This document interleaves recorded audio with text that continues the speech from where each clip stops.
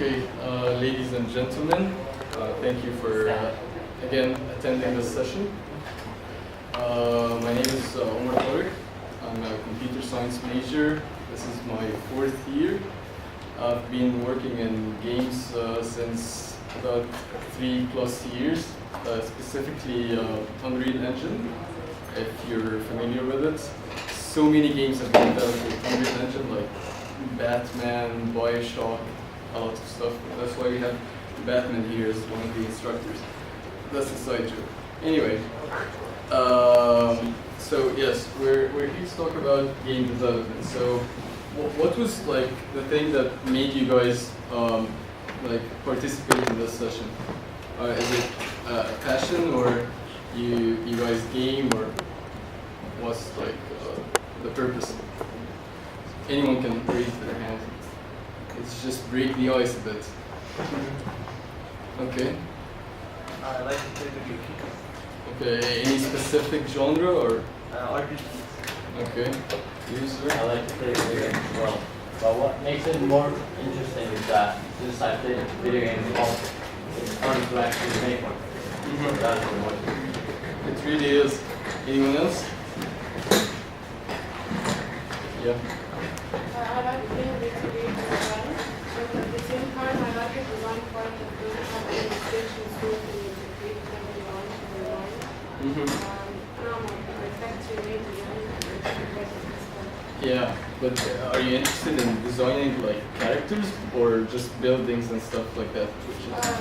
mainly the scene and at the same time designing the actual game. Okay, so level design and all that stuff. Okay, so I just wanted to like get more, know a bit more about your, purpose of being here. Anyway, so these are the basic components of a video game. Of course, there are a lot of stuff that we're going to be talking about, but we have the art. If you have bad art in your game, then it will be broken and nobody will play it because today's standards are like quite high. Of course, sound might not be a big thing, but designing or like creating systems which play a 3D realistic sound that is found in today's games is quite hard, and usually it's not like a very famous job, but these people work very hard to deliver, the realistic and jaw-dropping experiences you guys enjoy. And of course, there is the code which this major does, and of course, it's not really constricted restricted to this major. As we will see in this engine, they have developed a visual scripting language, in which you can program using visual stuff. It's not writing code anymore. You can write code, but using nodes and connections and stuff like that. So they've developed this stuff for artists who don't have backgrounds in programming, so that they can also develop some of the mechanics and the levels and stuff like that. And of course, we need a framework to hold all that jazz. Okay, that framework will be the engine. So let's talk about the jobs involved in making games. Of course, we don't have all that stuff at the moment because we're like independent developers, and in Egypt we have a huge shortage of artists, so the programmer has to end up being the artist as well, and the sound designer, and the writer of the story, and everything, and the concept artist as well. And usually that's why our games are, they end up at the bottom of the list and nobody looks at them. But we try. That's the spirit we have to have. Okay, engineers or programmers. We have to talk about ourselves. We're not biased or full of ego, as some people say on the forums, but we have to brag about it. So runtime engineers or programmers, they write the game engine, which we're going to talk about later on, or why we use game engines at the moment, and they program the gameplay of the games, and they program stuff like the AI, the interactions between the player and the non-player controlled characters and stuff like that. And we have the tools programmers, which develop the tools that the other part of the team uses. So tools can be also put under engine programmers. Like people who design the tools for animating the characters, for mixing the sounds and stuff like that. So these are tools engineers. Now we have the artist part, and this is like the biggest part, I think. We have concept artists. These work closely with the story writers, for example. You know, like a concept artist is someone you would approach and tell him or like explain the history of a character, and he or she should use their imagination to like sort of sketch that character out. Like, this character has been through so many wars and stuff, so you know he will have scars all over his face and stuff like that. So this is the work of a concept artist, and usually their job is not at the beginning of the game, but it keeps on going, because they will have to imagine the environments in which the games are created and stuff like that.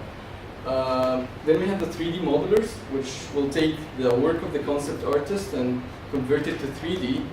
So that doesn't just, it's not restricted to characters only, but also the levels and the assets in the levels, like trees, vehicles, and stuff like that. We have texture artists, and those people care about how the object looks. So if we have a table, we need to create a texture that is sort of glossy, or if it's a wooden table, we have to create some wooden textures and stuff like that.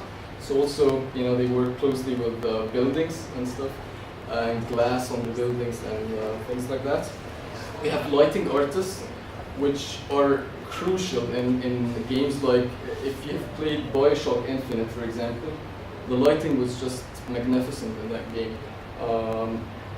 So they are the ones who place all the light sources in the level, and they choose the intensity of the light, what sort of tint that color the light has to induce all the emotions that the player will have at these certain situations. So if it's like a mysterious level, then you will have sort of blue light and stuff like that. Usually psychology majors are also helpful in that. Rigging and animation. So the 3D models we get from the 3D modelers, the character models I mean, they have to go through a process called the rigging process, in which we create the skeletons for these characters. So a 3D model cannot move by itself, it needs bones and stuff. So we need to have an artist that is well familiar with the anatomy of the character we are developing, if it's an animal, if it's a human being, or whatever. Create the skeleton or define the skeleton of that character, so that the animator will begin to move each bone and create the animations in the game. So this is quite a difficult job, and usually we don't have these two people in Egypt. We can have texture artists and also lighting artists. We can have concept artists, and there are a lot of people in architecture that I know that draw in their free time. So we have so many things, but except for this and this, because they have to create content that is optimized for games, and that are that work well with the engines that we use these days. If you have any question regarding these, you can stop me. We're good? People, speak a bit more, Okay.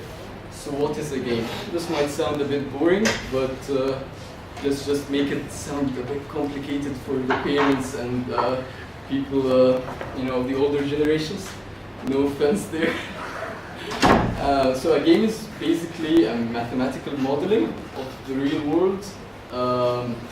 It's not a perfect modeling, it's just a simplification of the real world, because we have like endless states in our real life. So it's just a simple modeling in which multiple entities can be anything, can be the human beings, can be the animals and stuff, are competing to maximize their gains. So you might find the enemy is trying to conquer this place to gain more gold and stuff, but you want to also reach there to get that gold. So everyone is competing to maximize their gains. And of course there is strategic and tactical decision making involved in that. Of course not all the time, since we have all the walking simulators and cat simulators and goat simulators now, so it's not really a mathematical modeling. But that's the case with most games at the moment. Also, games are soft, interactive, real-time simulations. Would anyone know what soft means? How are games soft? Software? Hmm? Software? No, it's not software. Anyone has a guess? Huh? You have to be real time. They are real-time, but why are they soft? What do you mean soft real time? Soft real-time. Yeah, you couldn't have glitches or frame drops. Yeah, exactly. So it doesn't have to meet some certain strict deadlines, like in safety critical systems, for example. So if we lose something in one frame, or if the character doesn't respond in this frame, or it takes like 2 frames for the character to make a decision, it's not the end of the world. It will break the experience, but it's still, the game will be playable and stuff like that. So it's a soft and it's interactive because it responds to player input. Real-time simulations because you're telling a story and it's some sort of a simulation at the end.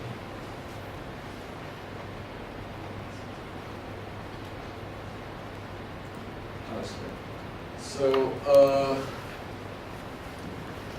alright. So why am I talking about a game engine and not just a game?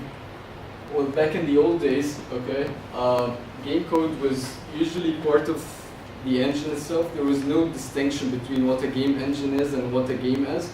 So back like Castle Wolfenstein, for example, or before that, this was made in 1992. Games made before that were usually, the game code itself was part of the engine. So all the code responsible for rendering the graphics, for the sounds, for everything was custom tailored for this game. So you cannot use it in another game, for example. But starting from Castle Wolfenstein 3D, because there were older versions, we started to see some separation between what a game is and what is the code responsible for all the subsystems we talked about, the art, the sound, the AI, and stuff like that. It's a very important distinction because if we had like the games being part of the engines, then again we will have to, every time we need to create another game, we will have to create everything from scratch again. But we need stuff that are modular so that we can just plug in and out some stuff and create our new game. So they're systems that are open. They allow for more stuff to be integrated into them to create other new games. Please stop me if you have any questions. Please. Okay. So this is Castle Wolfenstein 3D. It was a huge hit at the time. The whole game is like a few kilobytes with the graphics and everything. It's developed by ID Software, and there are huge people who have been working on this, including John Carmack. I'm not sure if anyone knows him, but he's one of the people working on the Oculus Rift at the moment. And this is the new Wolfenstein, made in 2014. So it's a huge, I'm not sure if it's visible for people who don't game. It's a huge improvement, in this just short amount of years, we've gone a long way. Okay. So, alright, so these are like the different parts. Oh wait, let me just show you something, since I'm doing a lot of talking and it tends to get boring. Okay, do you guys know of any companies in Egypt that make video games? انتراكتيف بس قفلت. Interactive? اسمها انتراكتيف حاجة. هي عملت جيم على بلاي ستيشن. ايوه تايم لاين. لا في انا مش عارف بالظبط بس there was a game على بلاي ستيشن 3 اسمها Unreal لا فيزيوناتيك سيل. هي دي؟ ايوه هي تايم لاين انتراكتيف. هي تايم لاين. They changed their name into Instinct Games at the moment. They made, in cooperation with another studio, they made the Ark Survival Evolved, if you guys have seen it. What? The one in Steam. Oh, the new one. So this is their website. I just wanted to like, you know, this company is Egyptian. Okay, so we have Egyptian people creating AAA quality games. Just to like, you know, maybe raise your hopes a bit that we have some hope in this competitive world. So let's look at their trailer. I don't know if all of you have seen this. It's some good stuff. It's a survival game.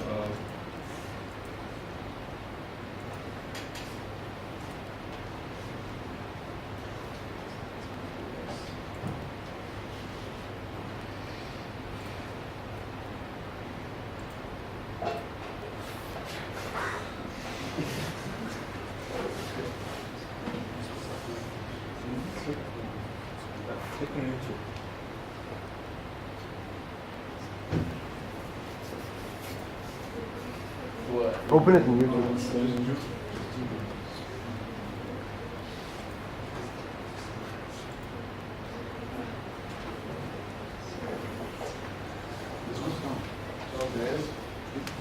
Oh, it's a small speaker, but huh?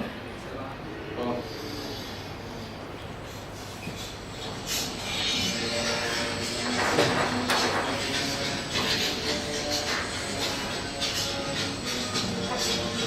What?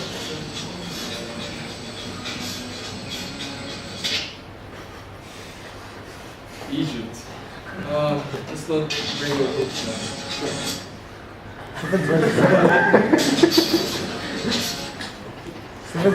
720 is good enough. I need to quality. 720 is okay.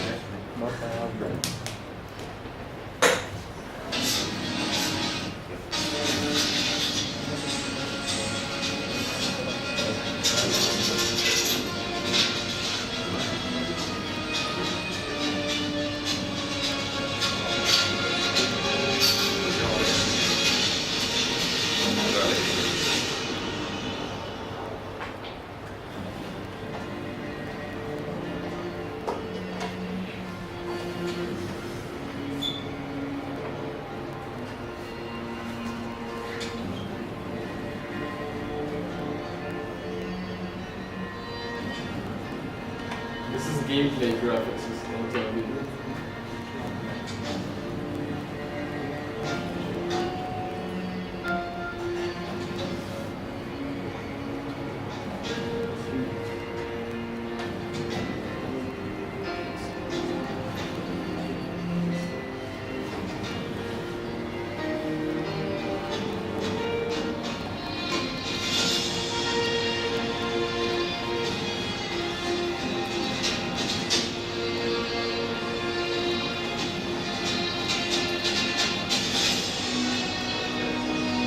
It's a bit dark in here.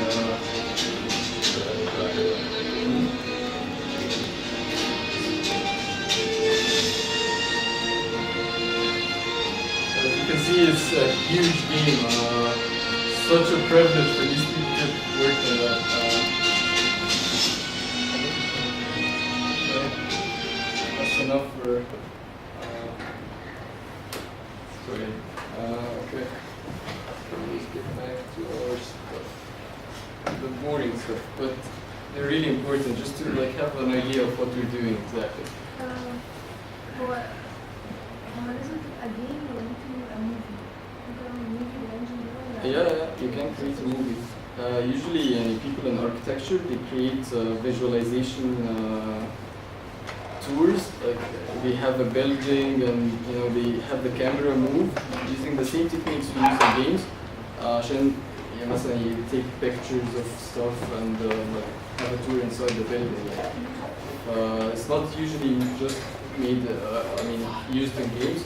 There's also, if you're familiar with the Oculus Rift, there's a movie, a short film that has been created with Unreal Engine 4 as well. And many animation schools in America, they've been using Unreal for animation stuff. But of course, it's not as good as using 3D packages like 3D Studio Max and Maya with offline rendering.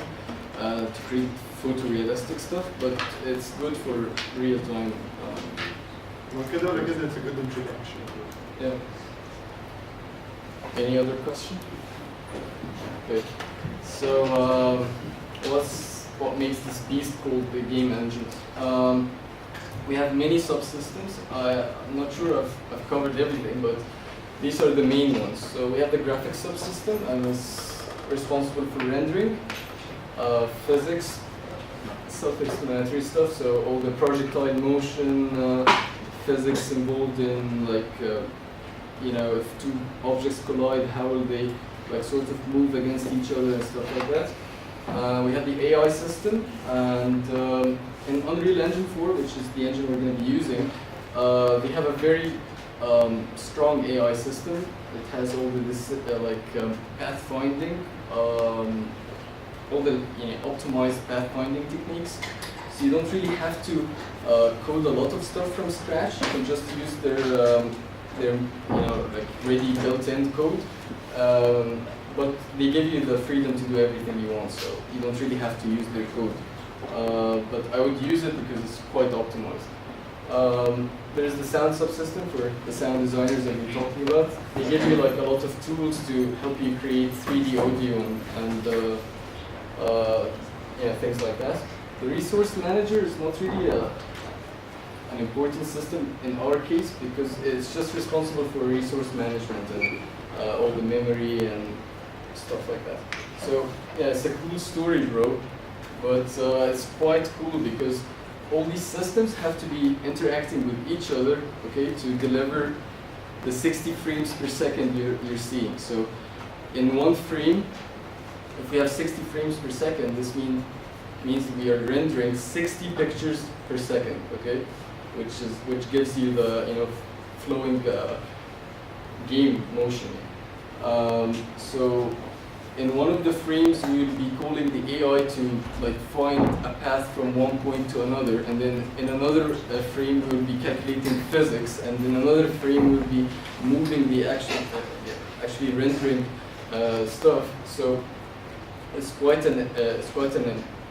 big thing, but it's not our responsibility at the moment. I'm just telling you it's quite a big thing, this engine and the architecture of it, because everything has to be done,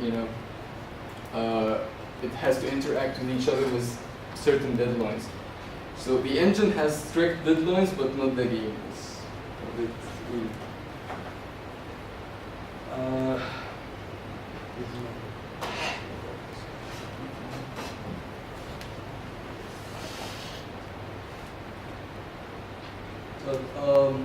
Before we move into the engine, I just wanted to show you another small video, but it will be good.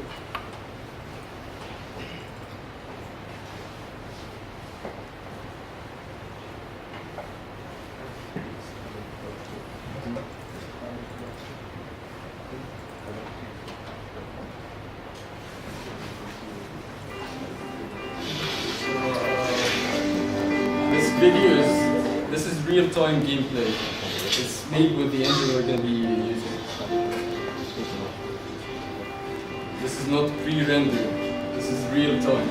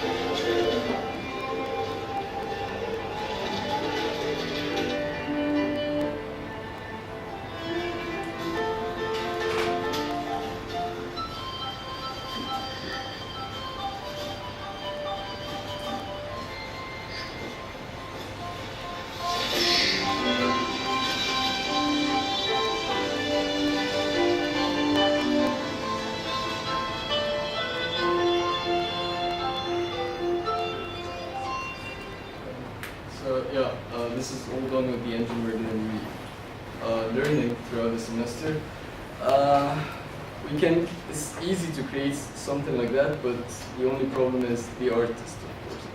We don't have artists who are capable of doing this. But we can try and to create similar experiences, but not that much. Anyway, I'm just gonna take you in a quick tour throughout the engine, just to like show you the user interface and stuff. You're not required to have your laptops or the engine now. We're just gonna like look at it, and then I'm gonna leave you with Kareem for the rest of the session to talk about some of the graphics related stuff. Today's session is a bit theoretical, but I think it was an important introduction to what we're doing. So some people think we're playing games, but it's a tough job. So we need to be understanding what we're doing.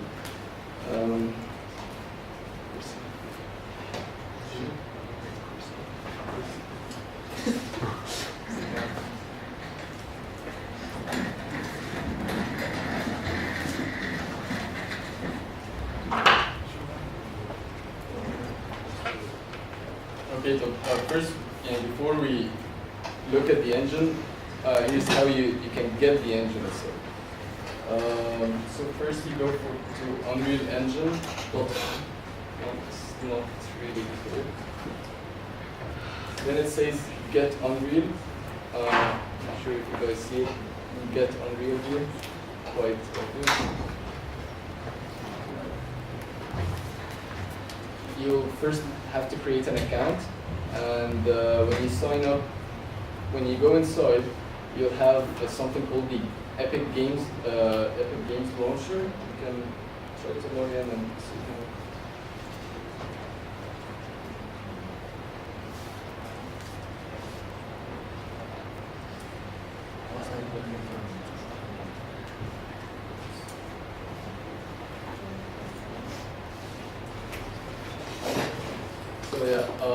You'll have this place here, Get Unreal Engine. When you download, it will download something called the Epic Games Launcher. You just have to install it. It's not hard. It's like how you install any other program. Inside the Epic Games Launcher, you'll have something called the library. Okay. When you go to the library, you'll have engine versions here written. You'll just click Add Version. Okay, and then you'll choose your version number that you want, but since I have the latest, it's not included in the list. But the latest is 4.9.0. You'll just press install and it will start downloading. Once it's done, you will be able to just launch it, and that's it. Quite easy. So go to unrealengine.com, create an account, sign in, press here, install the program, which is the Epic Games Launcher, and then go to the library, add a version of your choice. So we're using 4.9.0 and install and then launch. That's it. So once you launch the engine, that's what you will be seeing. Are you guys able to see it? Or Yes. Okay, so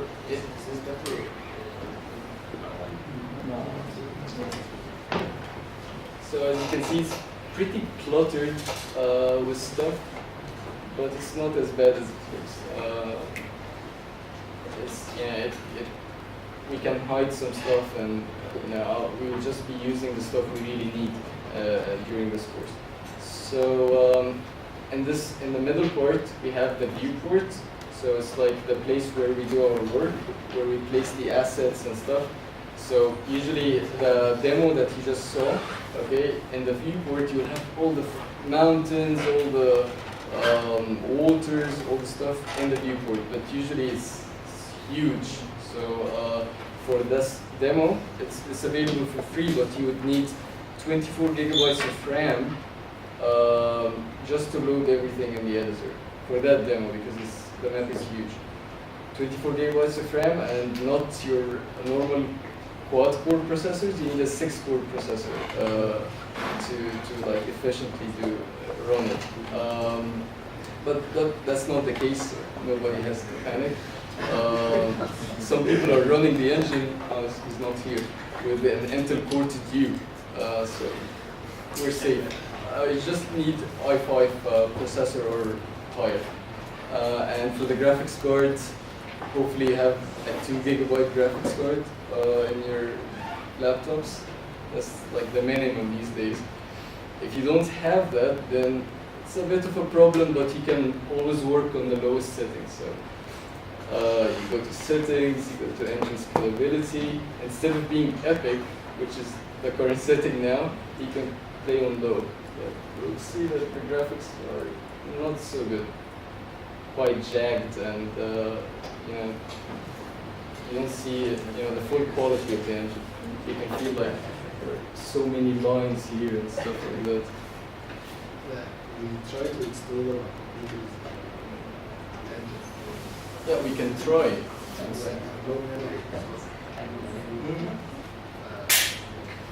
we try to have a version of the engine overall the labs يعني لو خلاص بقى لو اللابتوب transistor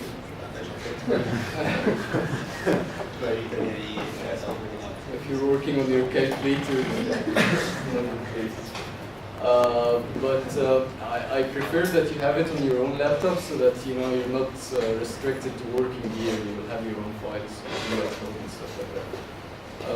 Anyway, so this is the viewport. You can move around in it. Let me just increase the quality settings. It's quite bad. So yeah, you can move around with WASD. All the gamers familiar with that. So you just press right click and you're able to move around. You don't have to memorize all these keys. We're going to be talking about them the next time. I'm just saying if anyone is interested. And you can like select stuff and then move them around with these axes. So calculus 3 stuff, you have X, Y, and Z axis. You move everything in the X, Y, and Z. So every Trying to scare them. I'm saying, I think everyone is familiar with the X, Y, Z. You raised it? Can you do the modeling on another software and then import it? Yeah, for example, the characters, the buildings, everything, you can create it on 3D Studio Max. Actually, that's the only way. You create it on 3D Studio Max or Maya or Softimage or any other program you're liking.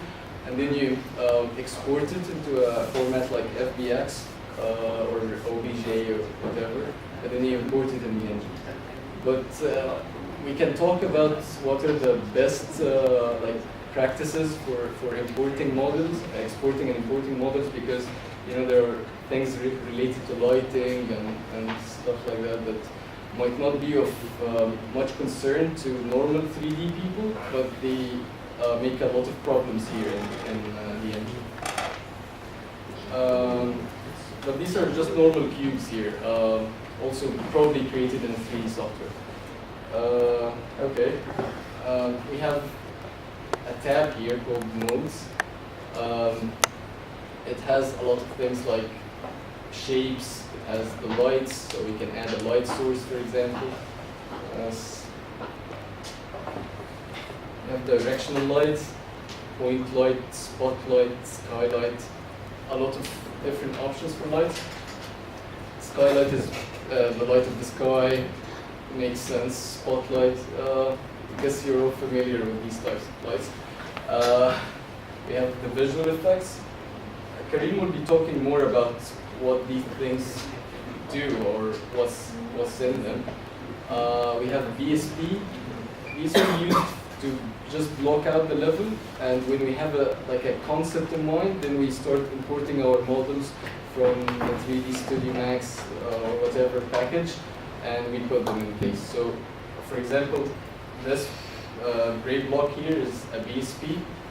It's only there to just block out the level, get a feel of this area here is a room, this area here is this, and it has stairs leading to this floor, stuff like that. We have the content browser. It will have all your folders that are in this project, and if you have C++ classes, they're also going to be here. Yeah, we're going to be developing in C++ and here, and also the visual scripting language that I talked about in the beginning. For people with no programming backgrounds, don't fear anything. We're going to guide you through it.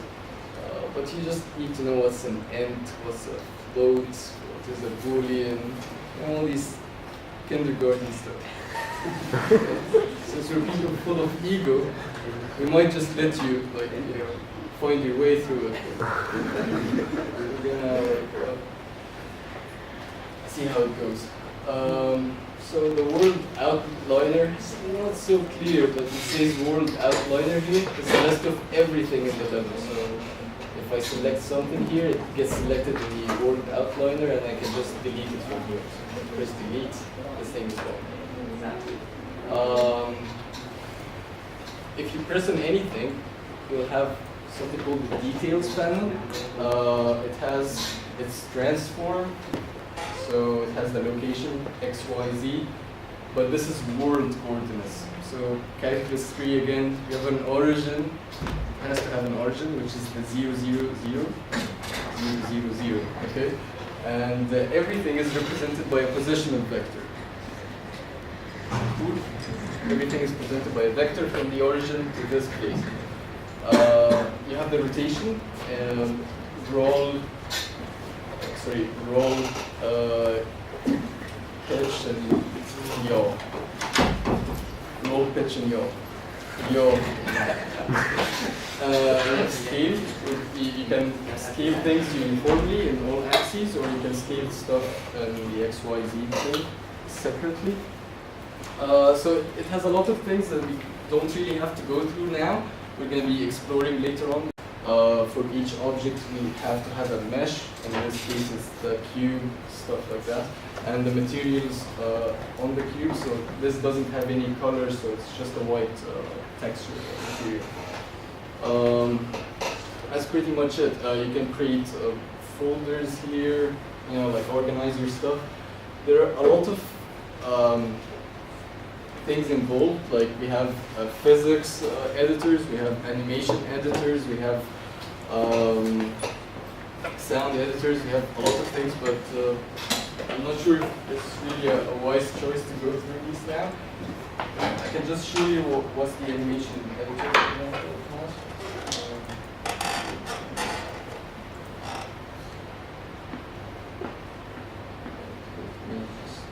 I can just create a new project for you guys.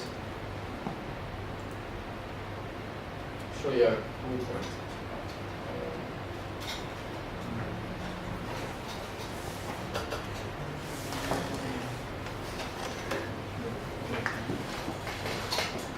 So any questions, like while it loads?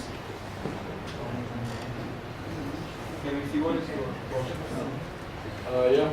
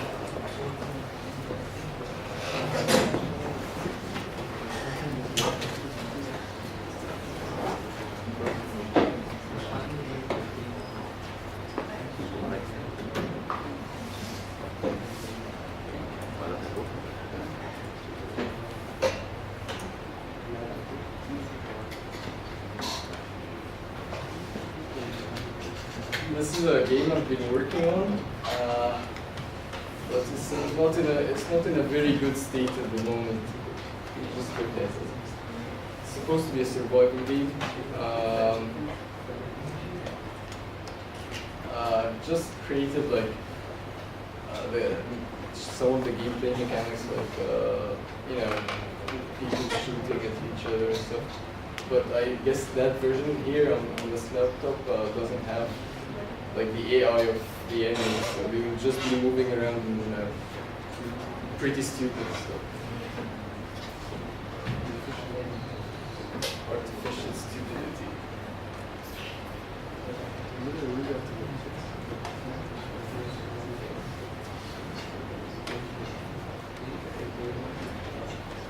Any other questions, people, while this loads? Anything on your mind? Not things we discussed, like any question you wanted to ask? And what are some of the games against Batman that were made engine? You have a lot of things like Dishonored. No, that's Batman again. All the Batman games have been developed with Unreal, but not this version, the previous one. Unreal Engine 3. You also have, like said, Bioshock. There are a lot of other games. I don't remember some of them.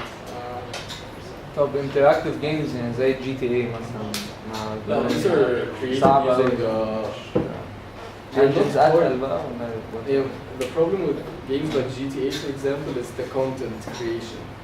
So, and also the programming is quite difficult. But I mean, the biggest issue is the world and all the models and all the animations of the people in the world in the world. Like, and they use something for the physics called Euphoria engine. Okay, so they don't animate people falling. They dynamically simulate it. So if you hit a person with a car, they will start doing things like that. If you have experienced that. This is not done using animation made for every single thing. It's dynamically handled using neural networks and stuff we should not be talking about. Yeah, it's called Euphoria engine, and it's a licensed software. It doesn't work with very this advanced يعني. It's quite advanced. People have tried to use it, but you have to get a license for it, and it's not supported by the engine now, so you will have to create your own support, which is not a really nice thing. This is not the map. Yeah. Can I use code from another game, like an open source? Code from. Yeah, but you have to mention their names. Even if it's open source, you cannot just like copy and paste. But of course, you'll have to change it to work with your game logic here and how Unreal works. What about the animations? Can I take animations? You can use animations from other games or other work done, but the animations have to have like been made using the same skeleton or a similar skeleton. So you cannot take the animations of turtle and put them on the human. You will act weird as hell. Or a donkey and you put it on the human, it will start going down like that to walk, and it's not going to be a nice thing to see. So it has to have same. If you're talking about humanoids, then at least the same structure, like a head, bone, a neck. Clavicles, shoulder, hands with all the fingers having bones and stuff like that. So it has to have the same structure. Only then you can use the animations from other games if they are available to you. Okay, so it's not a big map, it's just a small one. It's a bit slow here and very dark. Quite sorry for that, but it's the projector. It's quite dark.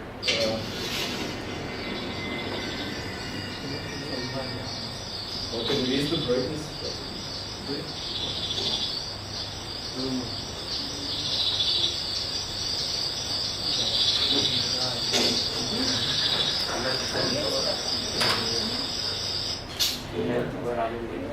Just a second.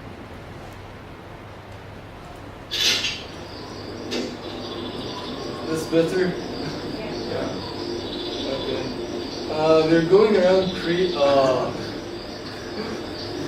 this is not a perfect version at all. The other one, which has the dark setting, is a bit. Oh shit.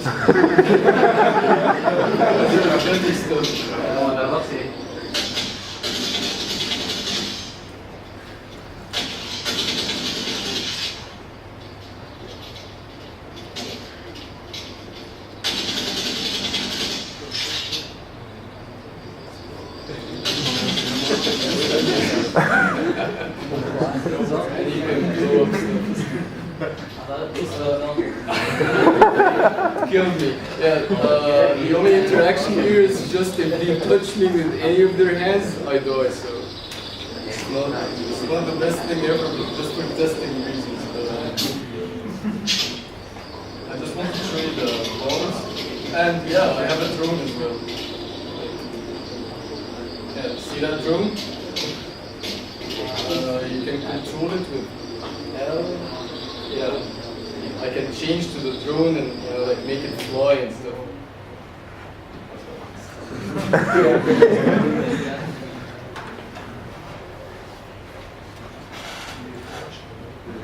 Well, Well, everything that is meant to go wrong will go wrong.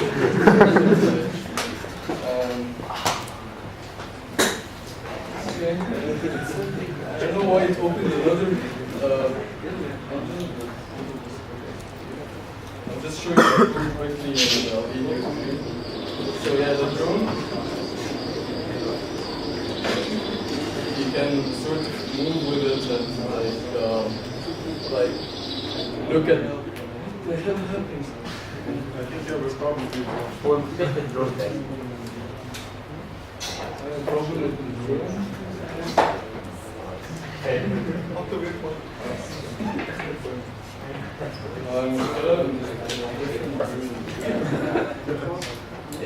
Anyway, the drone had an effect that you can scan the environment and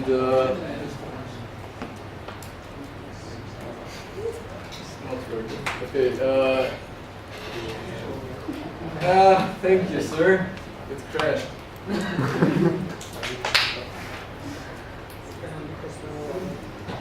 Yeah, that's a bit embarrassing, but yeah, that's how it is.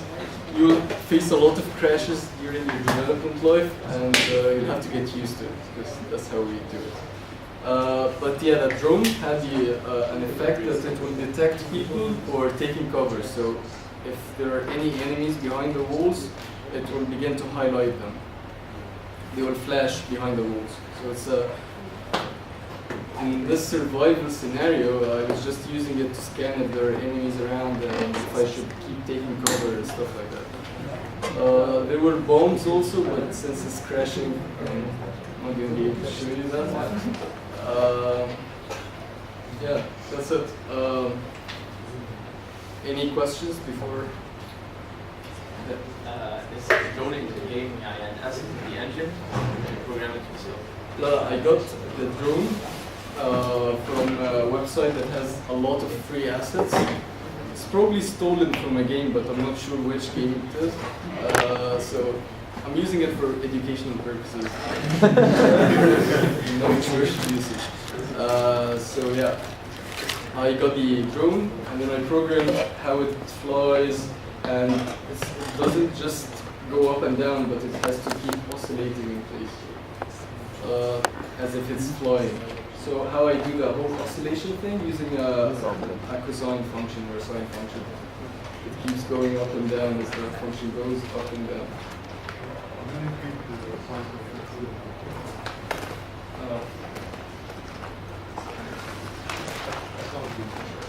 طب can I ask a question? هو يعني مثلا يعني if I like to مثلا I like to draw مش عارف ايه characters وكده، فانا is there a way ان I can draw characters معينة اقلبها يعني فاهم؟ بس يقلبها 3D؟ مش هقلبها 3D يعني انا اصلا عشان تدرو character هنا بتعملها بايه؟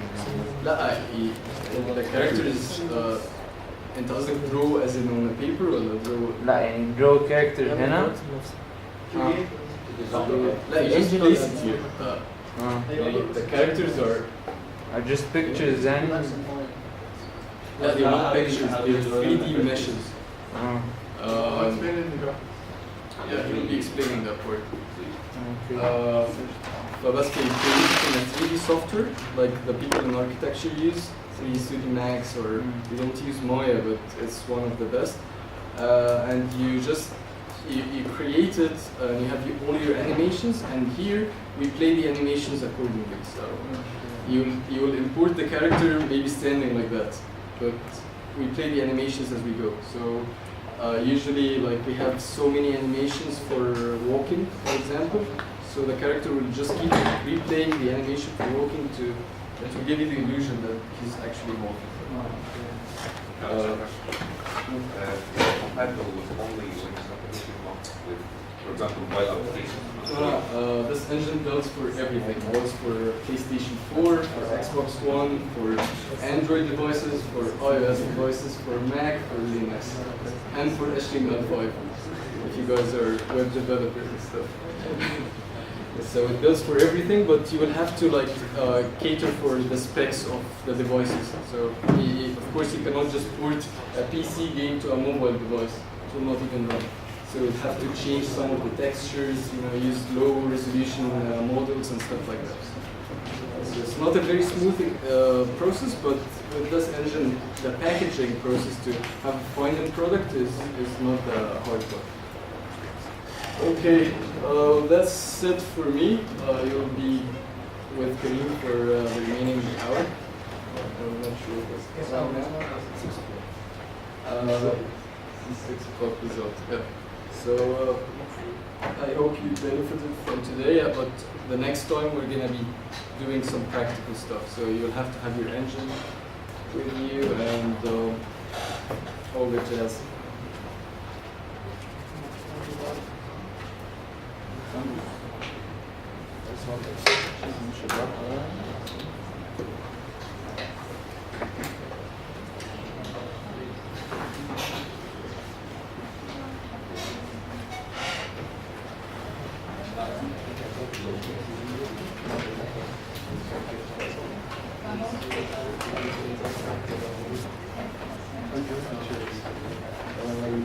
Guys, before we start the second part of the session, I'm gonna pass out a sign-up sheet.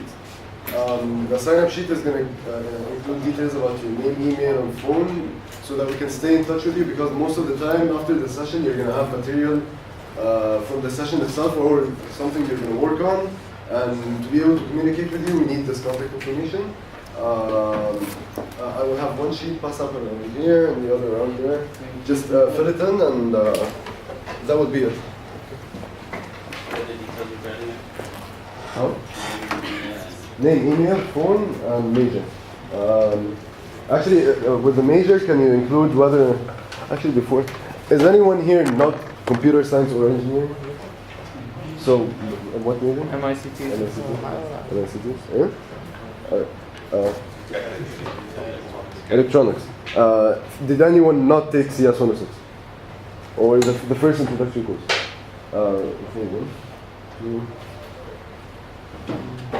That's it. That's not wrong. It's fine. I'll tell you. Huh? هو ده غير السنة بتاع الويب سايت؟ لا الويب سايت الساين اب بتاعته يوم الاربعاء الاسمبلي يعني لان الويب سايت لا عملت سنة خلاص على الويب سايت نفسه لا في سلاش ابلاي لا if you apply through the website it's fine but I know a lot of people didn't so I'll just do it in the session everyone is here and then the data entry can come later.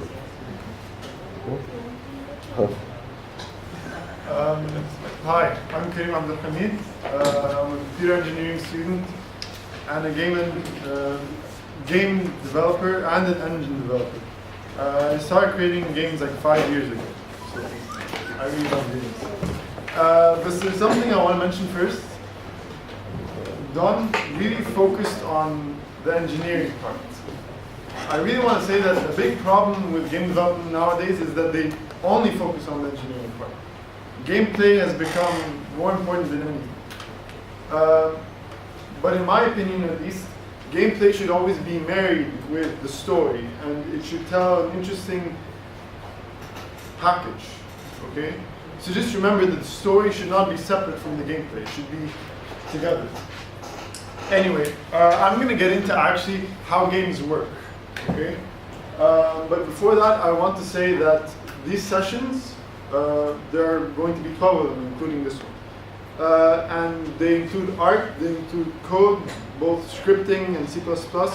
So whatever you care about probably is going to be in there. Anyway, so games work with a system of entities. Entities are basically points in space that have some basic information about them, like color, velocity, position, things like that. Okay? Now in old games, every entity had to be programmed individually.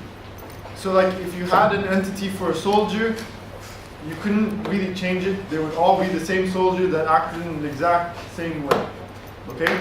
Nowadays, we use something called components, which means that for entities, we have, let's say, a renderer, which means that you can see them, and a collider, which means that you can hit them, and artificial intelligence. These all come as components, okay? And the components work by themselves and together to make it work. Anyway, so the very basics of game geometry and what you see is polygons, okay? Polygons are basically they're basically planes that are attached to vertices.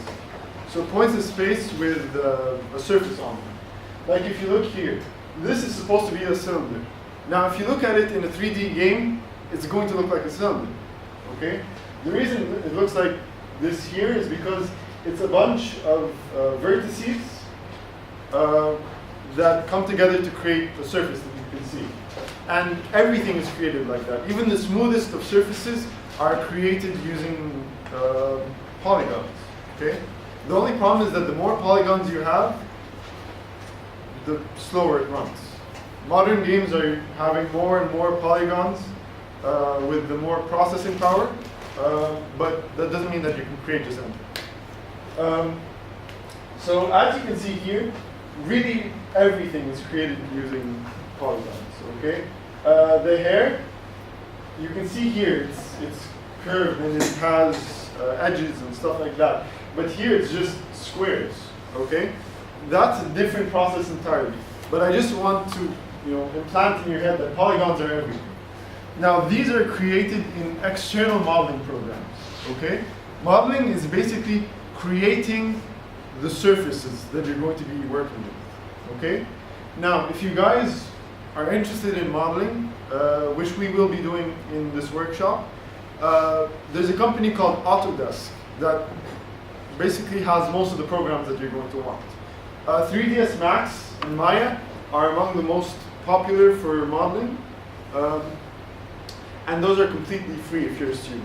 You just have to sign up with your .edu email, and you should be able to get them. But there are also programs like ZBrush. Now you were asking about drawing. For 3D games, there is no real drawing. The drawing is only so people can see ideas, okay? But they don't really appear in game. Instead, there's something called sculpting, okay? In ZBrush, you basically can get like a sphere, and you can turn it into a person by carving at it, okay? Like you would as if it was something real. So there are a lot of different ways to create models. So people don't actually draw the figures on a certain program. Not since by their hand, their bodies, their. Not since like the 1990s, unless you're talking about 2D games. They're all created in 3D, and therefore you can't draw them. But like I said, you can sculpt them. Some of the techniques involved pass into sculpting, but it also is a little bit technical. Because, like I said, if you created, let's say, 100 sides to this cylinder, you're going to kill the computer, especially if you have, hundreds of thousands of these appearing. Okay? So artists have to remember that not only does it have to look good, but you have to have a lot of different things. So you can't just make it really, really, really smooth. Okay? You have to have some drawbacks, unfortunately. Anyway, now the most important thing nowadays is lighting. Okay? Can anyone guess what this is? It's Minecraft. Yeah, I bet you guys usually, if you play Minecraft, it looks really, really bad. Like everything is very boxy and it looks like something very old. But if you add proper lighting to it, it can look amazing, really, really beautiful. So it's very important to understand lighting, whether you're an artist or a programmer. Now, okay, so the way lighting works in games is that you have a plane. You have a polygon, like I said before. And each point on that polygon is called a fragment. Okay? And each fragment can be lit. Okay? Now, for the lighting, you have to consider every light in the world. Okay? But then you have to take away lighting if it's being covered and stuff like that. Now, there are two types of lights, two main types. There's specular lighting and diffuse lighting. Now, have you ever, well, of course you have. You've looked in a mirror and you saw yourself, okay? And if you looked at water, you can see across the pond, okay? The reason for this is that it has specular lighting. If you look here, most of the rays are bounced, and therefore you can see pretty much a complete image, okay? Now, if you add roughness to it, it becomes bumpy, and therefore it has color, okay? Like this, okay? This you can actually see, okay? This has color. Everything has color because it has some roughness to it, okay? You can see this looks like mountains, but that's actually how every surface looks if you look really, really close. It all has a bit of bumpiness, and therefore the light spreads, and you can see it from any angle, okay? Now, specular lighting, this one, is often combined with images to create the reflections. Okay? Reflections don't just work in games. So let's say this is bouncing off of, can I take a bottle? Thank you. This bottle, okay? Now, you just see white reflections, right? But if you look really, really carefully, there's parts of images from around the class. Let's say you had a red room, okay? The reflections would be mostly reddish. This is because it takes the images from around the world and compiles it into the specular lighting, okay? And back to the lighting, it's not all direct, okay? Now, you can see that there's three lights coming here, okay? There's a spotlight coming from the projector, there's a light coming from outside, and there's a light coming from the sky outside. Yet over there you can see everything in this room. Why? Because light bounces, okay? Bouncing light is among the most complicated thing to show in games because it's hard to simulate, okay? Light bounces an infinite amount of times in the world, but you can't really do that in games because they're computers. They will, like I said, die. But here's something I want to show you. There are two things that have to do with specular lighting, okay? There's the reflectivity, or the shininess, and there's the microsurface, or roughness, okay? So, if you've ever looked at like wet dirt or something like that, you can see that it's not really shiny, but you can still see like a reflection on it. It's not like a mirror. The reason for that is that it has very high roughness, which means that the light, when it bounces, it spreads, okay? And therefore it creates a kind of rough feel, okay? Like this is rough, and here it becomes less and less rough and more like a mirror. They all have the same surroundings, but because of the different roughness, here you can barely tell what it is, and here you can't really see the colors that are bouncing around. Here you can see the specularity or the shininess. Okay? This is really, really, really shiny. Okay? But if you go here to rubber, it's not that shiny at all. Okay?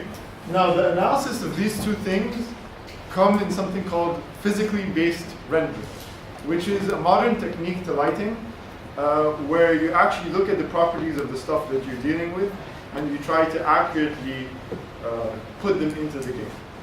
Okay? Before that, people used a lot of approximations. So they said, this kind of looks like what I'm aiming for, but it never really worked out. That's why games as of recently have looked a lot better. Now, not everything can be made using polygons. Okay? Let's say you have smoke, like this.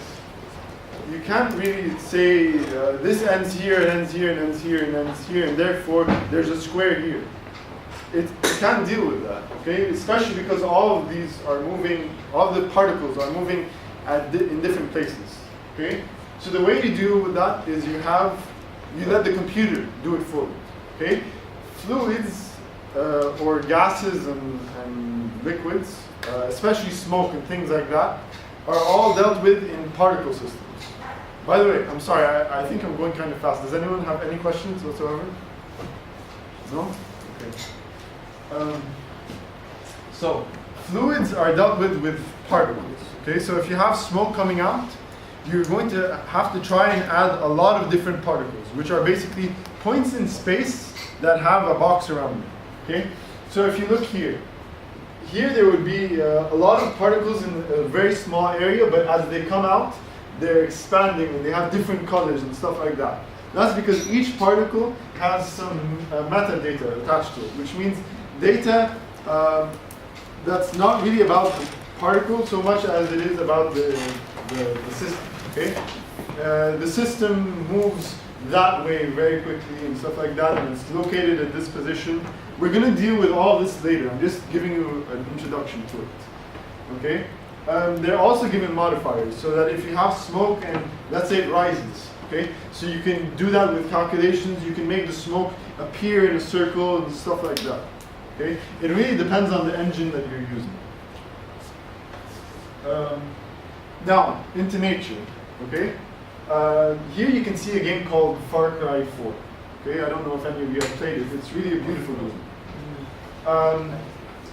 You can see grass coming out, or you can't really see, but there is grass coming out. There's trees, you can see the mountains. Now all of that is created by artists, okay? But all of that is also allowed by programmers, okay? Now let's talk about how grass and bushes are formed. If you look at the grass, the problem is that there are billions of grass coming out in every square kilometer, okay? You can't really create that as an artist. It's going to drive you crazy. So the way that we do that is by having a clump. Okay, this is a bush, but it's the same technique as grass. You have a lot of polygons around a specific area. And when they're transparent, it looks like an actual bush. If you didn't see all of the lines here, you would assume that this is a real bush, besides the gray background, of course. But with them, you can see that this is a polygon and that it comes at different angles and stuff like that.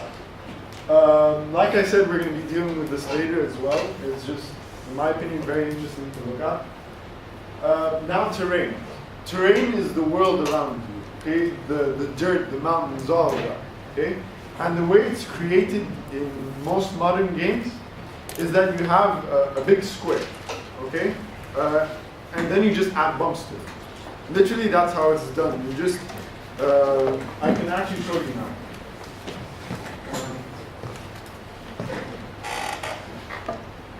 If it's running. Okay. Okay, this is going to take a while. Oh no, it's going quickly.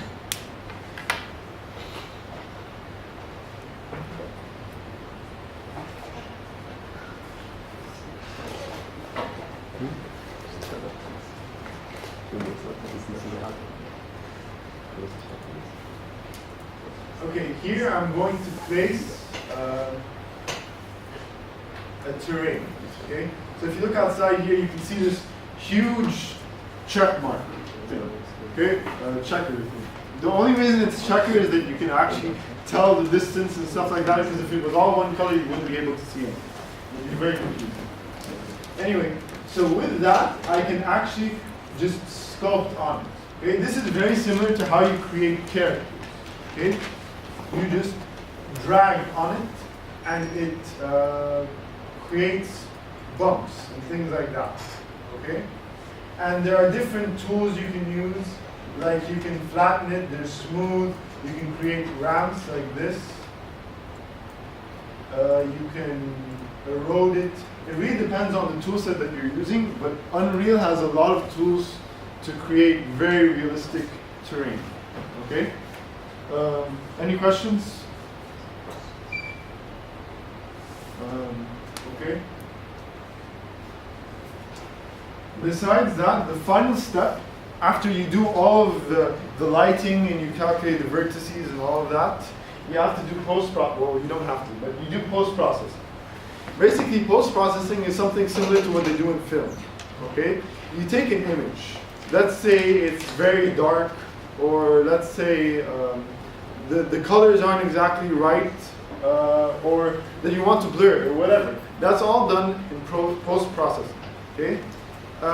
For every frame that happens, like in modern games, it's usually 60 times per second.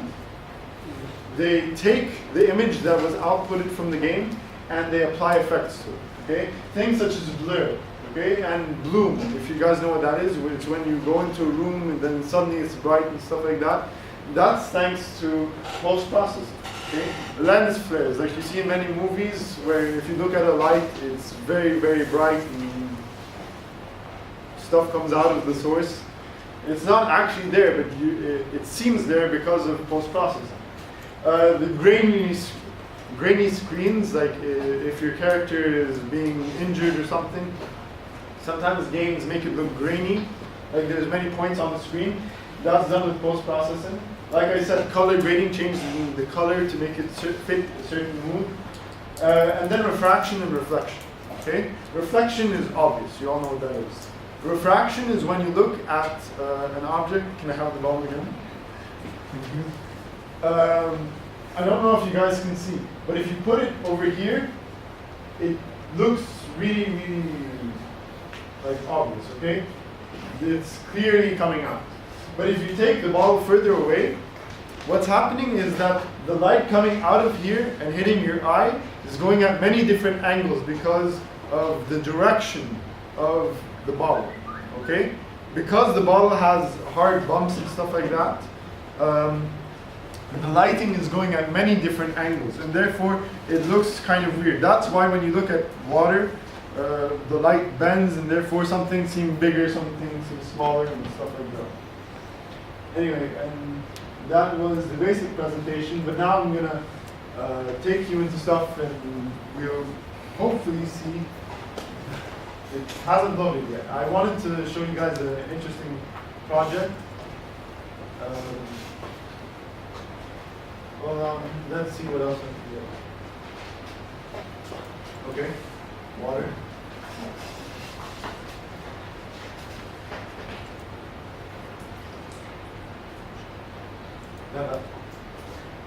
Okay, everything's going to take a while to install. So I have an idea. Let's look at. Oh, this seems interesting. Okay, let me load this. Meanwhile, I have an activity for us to do.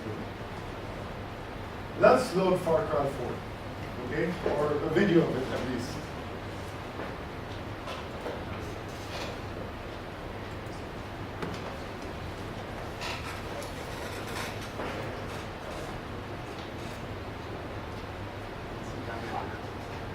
Wow.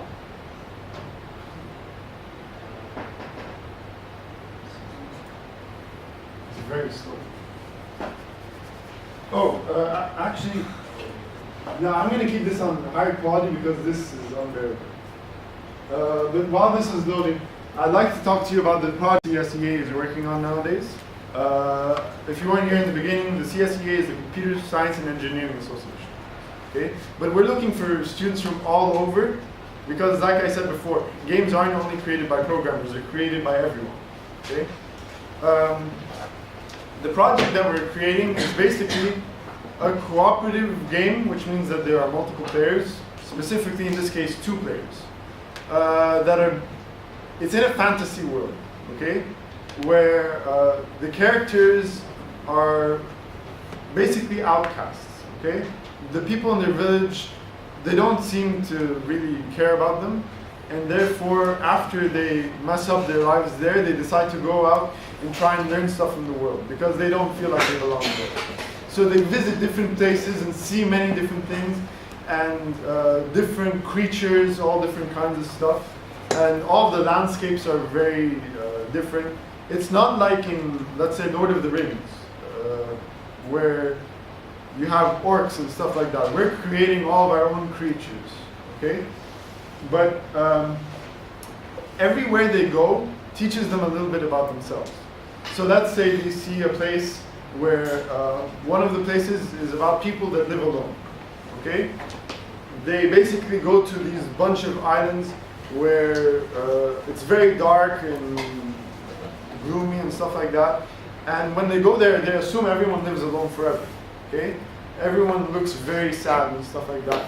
But when they actually get to learn about the place, they figure out that it's actually a very happy place. People spend the time by themselves happily, but eventually they move on to a different place where they get to live together when they find someone that they love. So this reflects on them to show them how they are really feeling. So those are just some of the ideas that we're bouncing around. Now both of the characters are very different, but they also have to work together to solve different problems and stuff like that. If you guys have played really old games, like for example Crash Bandicoot and Spyro and stuff like that, it's kind of along the lines of that, where everything seems a little bit whimsical, but we're also trying to add a very intricate story. So that's what we're hopefully working on this semester. And if any of you guys want to join that project, you can go to CSEA/auc.com/apply, and you're going to find where you can apply to work on the game. After that, we're going to have an interview and try and get you on board. But anyway, let's look at this, okay? Now this is an environment in Far Cry 4. As you can see, well, you can barely see the sky, but the sky is a two-dimensional image that's put in a hemisphere, okay? So that you can actually see clouds and things like that, okay? But if you look here, these are mountains and here's more mountains. These are all created, like I said, using polygons. Like you have points here, here, here, here. And the more you add, more polygons you add, the smoother it gets, okay? The same thing is applied here to the trees. Now, the branches and stuff are creating using hard surface modeling, which means that it's all, none of it's transparent. But if you look at the leaves and stuff like that, you can't model each and every single leaf separately, okay? You're gonna go crazy. So what actually happens is that you put an image on top of one plane that's kind of transparent, and therefore you can see through it. With a lot more planes, it seems realistic. If you can see here the smoke coming off of the edge, and in the distance the fog, those are all particle effects, okay? And by the way, the particles are being lit as well, okay?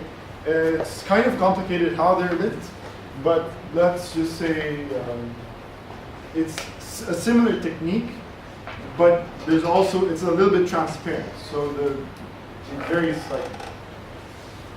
So here, you can see the character moving, which is created obviously using programming, but character movement is kind of simple and therefore can be done by most anyone. You guys probably just saw an eagle carrying a goat or something. That was created using animation, okay? In which people, here, let me get an image or something.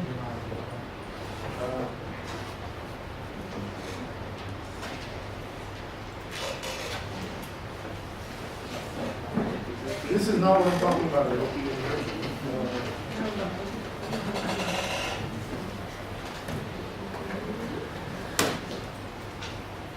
Okay. Let's look at this character, for example. Okay. Again, if it goes today. Okay.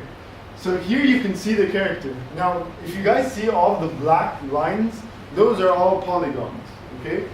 Now it looks very rough here and very sharp, but in game, when it blends into everything else, it does look smooth, especially when you add certain techniques to it that I won't go into now. But let's say here, you can add a bone, okay, as well as here and here and here. And when you animate it, which means taking each frame, you set a different position for those bones, that's how you animate it, okay? But also, physics systems interact with these bones, and therefore, it can be affected by stuff. I know that sounds vague, but let's say your character is walking down the stairs, okay? Sometimes in games you can see his foot off a cliff and he doesn't care, he's just half off of the cliff and standing, okay? But in other games you can see him going like this and stuff like that, or if he's on stairs, you can see that he's kind of like this. That's not because the artist programmed, animated him to have his leg like this. That's because the physics code is interacting with him and therefore making him, making his bones move slightly. Okay. Did anyone not sign up? Okay.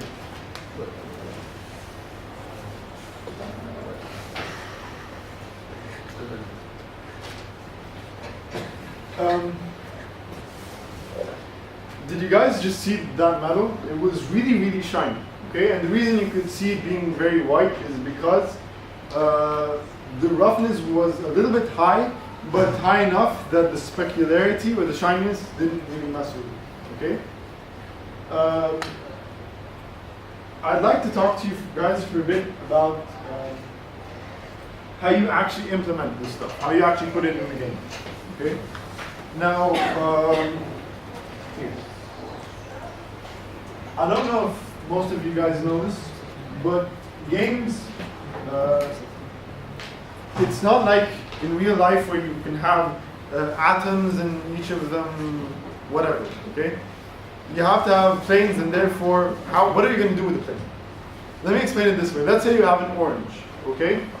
Now, if you just model it, it's going to basically be a ball. How are you going to know that it's an orange, okay? What you do is that you slice the orange, okay? So that it can open up, okay? Have you guys ever taken off the peel?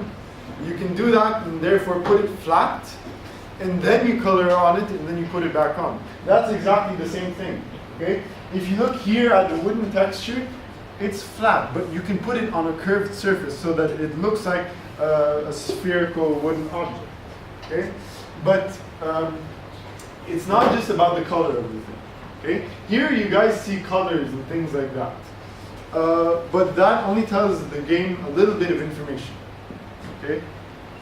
It tells the game what light to reflect, but it doesn't tell the game how to deal with that light, okay? Now if we go back to the planes, you're going to wonder how you can make an orange bumpy, okay? You do that using the normal map. Basically what the normal map does is that it has 3 axes, okay? It has X, Y, and Z, okay? Which are represented by 3 colors, blue, green, and red, okay? The order that they're done in depends on the game, but basically, if you have a square, okay, that exactly like this, okay, but you want to make it seem bumpy, you just apply a normal map, okay? The artist, of course, has to create it and all that, but instead of having billions of tiny little polygons to represent every single wrinkle, that's going to break the game. Instead, you just apply a normal map, and the lighting will work with that to make it seem bumpy, okay? Now we can get to the specular map.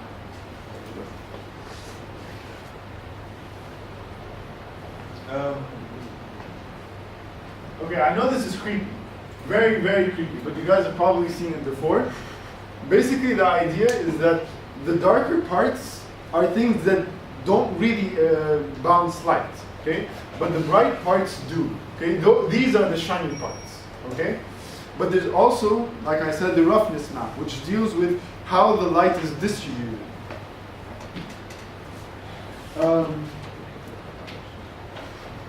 Well, I doubt I'm going to find any good examples of roughness maps, but I'm going to search anyways.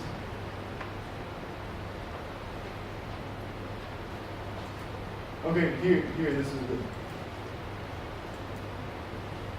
if it loads again. You really can't see it, but whatever. This is from what appears to be a camera.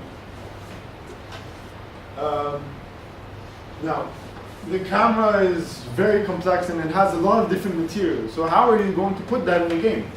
The way the game deals with that is that you have the 4 maps that I told you about. The albedo or diffuse map or the texture map. Those are the 3 basic terms for it. Basically talk about the color of it, like I said. The microsurface or roughness talks about how bumpy it is and therefore how the light is bounced. And the reflectivity, which talks about how shiny it is. As you can see here, this is gold, or it could also be white and blue. It depends on your perspective, I guess. So this means that the light coming out of it, let's say the light going in is going to be white, okay? The light coming out is going to be a little bit gold, okay? And here you can see the normal map, which talks about the bumps in it. And what's the difference between the normal and the roughness? Because good question. Yeah, the second, the last one and the second normal one. is like the depth, the other one is. Okay, let me explain it this way. Let's say you have. Have you ever looked at a microscope and realized that something was like really, really bumpy? Like, let's say you looked at a carpet, okay? It would look really, really bumpy. But you can't really create that with a normal map because what are you going to do? Define every single bump, okay? Or let's say a table, okay? This table, if I stand here, you can't see a perfect image of me, okay? Because of the really, really, really tiny bumps. Okay?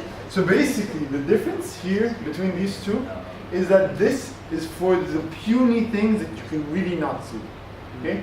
And this is for the major things. The things that obviously have different lights. Okay?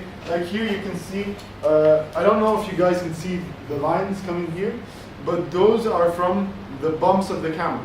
Okay? The jagged edges. Okay? But here, this is smooth, but you can also see that it has a little bit of microsurface or roughness. And therefore, it still doesn't act as a perfect mirror. Any other questions? Okay, well, I've run out of things to say. I expected a lot more questions. If you guys want to talk about games, if you want to talk about the project or whatever, I'm always free to talk to, unless I'm in the class, but I'm obviously not in the class. But that's all I have to say. I hope you guys have a great time, and I hope you guys come back.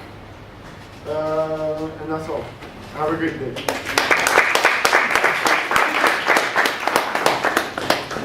Just before everyone leaves, by next session, can you tell them what they need to bring up before next session so that everyone is prepared for next time? Well, hold on just a second.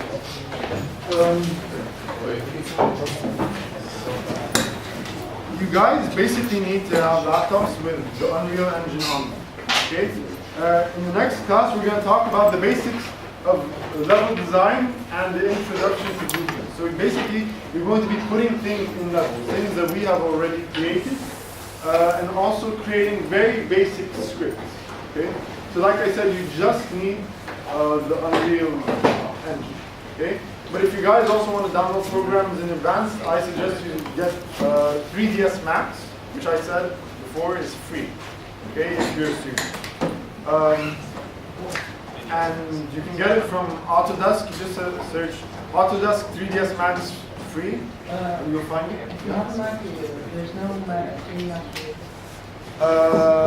I'm pretty sure that there is 3ds Max for Macs. If not, there's Maya. Yeah.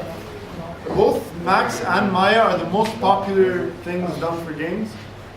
If you're creating a free game and you're not a student, you're probably going to use Blender, but everyone hates Blender. So, like I said, basically, 3ds Max or Maya and Unreal. Also, we're going to be creating textures after a while. So you guys might want a program like Photoshop or a free version like GIMP, which is just as strong as Photoshop, but it doesn't cost thousands of dollars. And that's all you need. That's a good question. I forgot to mention it. You guys basically are learning to create games, but also the content that you create might be included in our project. Okay, it might need a bit of editing and stuff like that, but we're going to try and create, add the levels that we create and the content that you create into our games, and that's how it's going to be used. Any other questions? If you didn't catch on everything that he's saying concerning what to download, and the reason we took the emails today is to keep you updated with what needs to be available for next session, etc. If you want, they can post an email to you guys with what's required, and maybe each session, if there's material that we work on, they will be posted to the emails. Just one last thing, you guys, can we take a photo so that we can incorporate it into the Next Monday.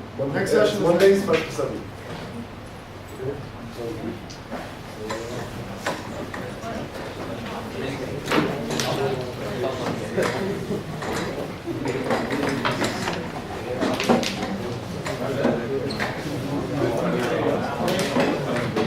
Shall I be in the picture?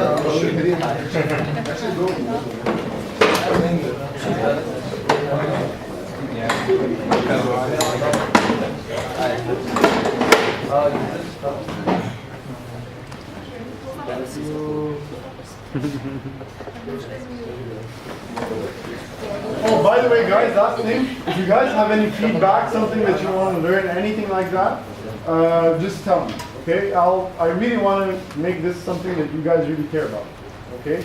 Like I said, there's a lot of topics covered. It should be a little bit thorough, but you guys should always be able to search for the information that you want, okay? Everyone searches for information. Even the best game developer searches for a problem that they're going to have, okay? So, like I said, you need to be able to search. And that's it. Thank you. Thanks everyone for coming. I just want to ask you a couple of questions. أنا علاج زراعة مش عارف زمان الرسم مش مفيد في حاجة. Definitely. Not in necessarily. It's only sculpting. It's not so much as creating content for the game, but if you consider a writer, okay? The words that he's writing won't necessarily be in the game. It's like talking about the walls.